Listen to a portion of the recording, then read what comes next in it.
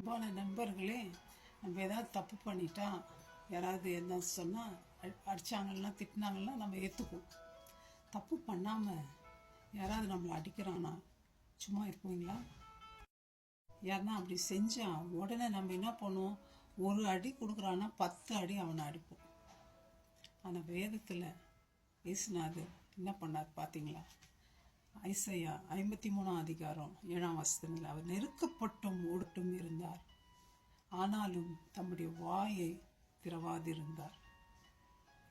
அடிக்கப்படும்படி கொண்டு போகப்படுகிற ஒரு ஆட்டுக்குட்டியை போல தன்னை மயக்கத்திருக்கிறவனுக்கு முன்பாக சத்தமிடாதிருக்கிற ஆட்டை போலவும் அவர் தம்முடைய வாயை திறவாதிருந்தார். நம்ம என்னைக்காவது அப்படி இருந்திருக்கிறோமா ஃப்ரெண்ட்ஸ்? யோசித்து பாருங்க.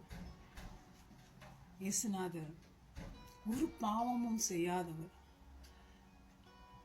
அவர் நினைச்சிருந்தா 70,000 ஏஞ்சலை கொண்டு வந்து அந்த சிலுவையிலிருந்து அவர் இறங்கி வந்திருக்க முடியும். சூப்பர் பவர் வச்சிருந்தார். அவரை விட யாரும் இல்லை. அடிச்சவங்க, நொறுக்குனவங்க, அவமானப்படுத்தினவங்க, சித்திரவதை செய்தவங்க எல்லாரையும் ஒரே செகண்ட்ல அழிச்சிட்டு இருக்கோம். அவரால் முடியும். ஏன் அவர் செய்யல? யூதர் ராஜசிங்கமா வந்தவர் ஏன் ஆட்டுக்குட்டியை போல மௌனமாய் வாய்த்திரவாது இருந்தார்? உலகத்தின் பாவங்களை எல்லாம் தன் தோளின் மேல சுமந்தார். யாருக்காக? ஏன் அவர் அந்த சிலுவை அனுமதித்தார்? அவர் கண்கள்ல நம்ம தான் தெரிஞ்சோம். நம்மளை பாவத்திலிருந்து விடுவிக்க பாவம் அறியாத அவர் பாவத்தை மேல போட்டுக்கினாரு. நம்முடைய பாவங்களை ஃப்ரெண்ட்ஸ் யாராவது இப்படி பண்ணியிருக்காங்களா உலகத்துல? ஒருத்தர் சொல்லுங்க. நம்முடைய பாவ கடன் பெரியதாக இருந்துச்சு. நம்மளால் அதை பே பண்ண முடியல, நம்மளால் அதை செய்ய முடியல. ஏன்னா நம்ம எல்லாம் பாவிகள். பாவம் இல்லாதவர் தான் வந்து அவருடைய பாவம் இல்லாத ரத்தத்தை கொண்டு கழுவ முடியும்.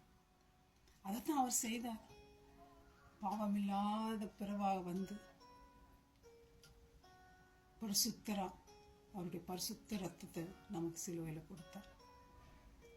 அந்த இயேசு கிறிஸ்து தான் நம்மை நேசிக்கிறாருங்க. நம்முடைய பாவங்கள் தான் அவருக்கு ஆணிகள் கடாவப்பட்டது. தலையில, கைகள், கால்கள்ல ஈட்டியால குத்தப்பட்டார். இதெல்லாம் பொறுமையோடு சகித்தார்.